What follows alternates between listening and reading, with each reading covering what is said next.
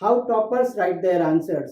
Toppers अपने answers को कैसे लिखते हैं। आज हम आपको बताएंगे लिखने का वो तरीका जिसे टॉपर्स यूज करते हैं। इस वीडियो में हम डिस्कस करेंगे टॉपर्स का राइटिंग स्टाइल और टॉपर्स की आंसर शीट्स के साथ। ये सीबीएसई की वेबसाइट में अपलोडेड टॉपर्स की आंसर शीट है। क्लास 10th मैथ का पेपर, सबसे ऊपर बच्चे ने लिखा है सेक्शन। ये बहुत जरूरी है। जब आप आंसर्स को लिख रहे हैं तो सबसे पहला काम है कि आप सेक्शन किसके अंदर वो आंसर आना है वो मेंशन करेंगे। उसके तुरंत नीचे राइट साइड में देखिए, वहां लिखा हुआ है क्वेश्चन का नंबर।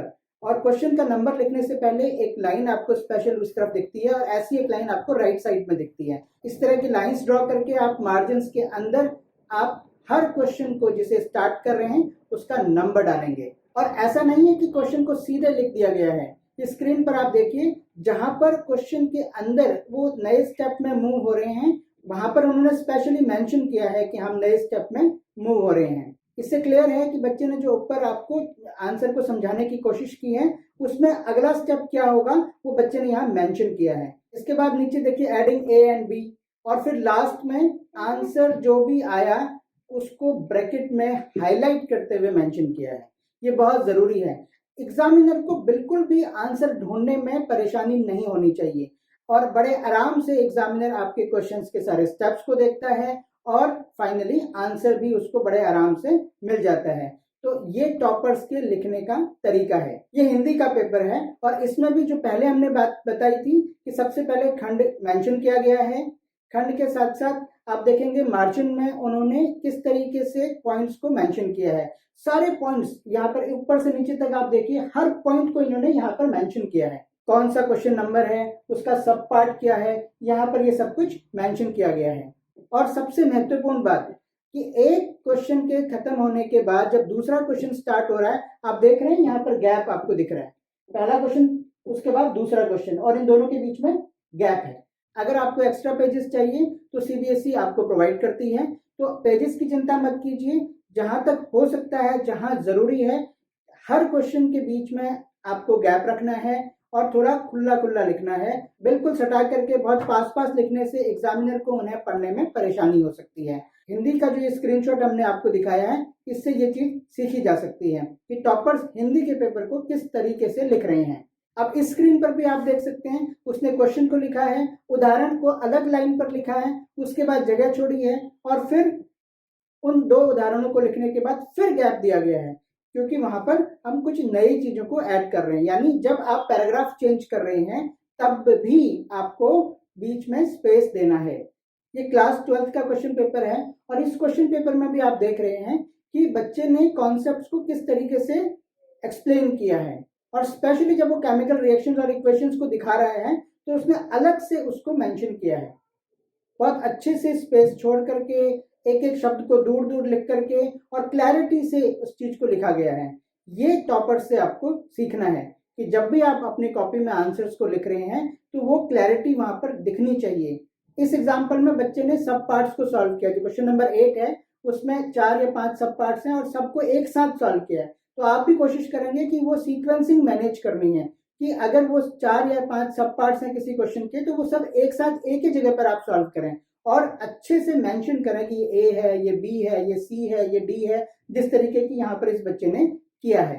ये इकोनॉमिक्स का पेपर है। इसमें भी आप देख रहे हैं कि इसमें 2 पार्ट होते हैं, आपको मालूम है, और 2 अलग अलग बुक्स होती हैं। तो वहां पर उन्होंने बुक का नाम और पार्ट को मेंशन किया है और उसके बाद क्वेश्चन को सॉल्व करना स्टार्ट किया है। यही चीज आपको भी ध्यान में रखनी है कि जहां पर अगर 2 या 3 अलग अलग पार्ट हैं तो आप पार्ट को मेंशन कीजिए, क्वेश्चन का सीरियल ऑर्डर मेंशन कीजिए और उसके बाद अपने आंसर को लिखिए। तो टॉपर की इन आंसर शीट से क्या अंडरस्टैंडिंग हमने अभी डेवलप की, उनको एक एक करके अब हम डिस्कस करते हैं। राइट सेक्शन नेम्स, अगर डिफरेंट सेक्शंस हैं तो सेक्शन का नाम आपको मेंशन करना है। लेफ्ट और राइट साइड में आपको मार्जिन ड्रॉ करने हैं। अगर मैथ का एग्जाम है तो कम से कम 2 इंच का मार्जिन आपको राइट साइड में रखना है और सारा रफ वर्क उसी मार्जिन वाले पोर्शन पे करना है ताकि आपका जो मेन पोर्शन है वो बहुत नीट और क्लीन दिखाई दे। सभी स्टेप्स को आपने मेंशन करना है। अगर किसी क्वेश्चन में मल्टीपल स्टेप्स इन्वॉल्व हैं और ये भी मेंशन करना है कि ये स्टेप 1 है, ये स्टेप 2 है, ये स्टेप 3 है। फाइनल आंसर को आपको हाईलाइट करना है। वो किसी बॉक्स के रूप में हो सकता है या उसको अंडरलाइन करके आप हाईलाइट करेंगे, वो बहुत जरूरी है। क्वेश्चन का नंबर और उसके सब पार्ट्स को प्रॉपरली मेंशन करना है। ऐसा ना हो कि आप क्वेश्चन का नंबर डाल दें और सब पार्ट डालना भूल जाएं, अदरवाइज एग्जामिनर को उन्हें ढूंढने और इवेलुएट करने में परेशानी होगी। और जैसा कि हमने बताया कि हर एक आंसर के बाद एटलीस्ट 1 या 2 लाइंस का गैप आपको छोड़ना है, उसके बाद दूसरे आंसर को स्टार्ट करना है। और पैराग्राफ के बीच में भी ठीक इसी तरीके का गैप आपको मेंटेन करना है। पर आपकी हैंडराइटिंग बहुत नीट और क्लीन होनी चाहिए ताकि एग्जामिनर बड़े आराम से उसको समझ सके। सबसे बड़ी बात है कि ओवरऑल प्रेजेंटेशन आपकी जो आंसर शीट का है वो अपीलिंग होना चाहिए एग्जामिनर के लिए, कि देख के लगे कि अरे वाह, बट कॉपी बहुत अच्छी है। और साथ ही क्योंकि जब आप पैराग्राफ में आंसर्स को लिख रहे हैं तो काफी सारी चीजें हो जाती हैं, तो जहां पर आपको लगता है कोई इंपॉर्टेंट पॉइंट है उसको अंडरलाइन करना मत भूलें। जैसे कि बताया, मैथ के पेपर में 2 इंच का कम से कम बॉर्डर राइट साइड में छोड़ें ताकि रफ वर्क कर सकें। पिक्टोग्राफिक कंटेंट बहुत इंपॉर्टेंट होता है, यानी आप इमेजेस बनाते हैं, पिक्चर्स ड्रॉ करते हैं, फिगर्स बनाते हैं, उसके थ्रू एक्सप्लेन करते हैं तो एग्जामिनर ज्यादा इंप्रेस होता है और मार्क्स के चांस बढ़ जाते हैं। स्क्रैचिंग करना, स्क्रैपिंग करना, कटिंग करना उससे अवॉइड कीजिए और जहां तक हो सके साफ लिखने की कोशिश कीजिए। और अंत में सबसे जरूरी बात, किसी भी क्वेश्चन को किसी भी हालत में छोड़ कर ना आए, क्योंकि हमने आपको बताया है पहले वीडियो में भी कि हर स्टेप के मार्क्स होते हैं। अगर आप 1 या 2 स्टेप भी लिख कर आते हैं तो कुछ न कुछ मार्क्स आपको जरूर मिलेंगे। तो क्वेश्चन बिल्कुल भी छोड़कर मत आए।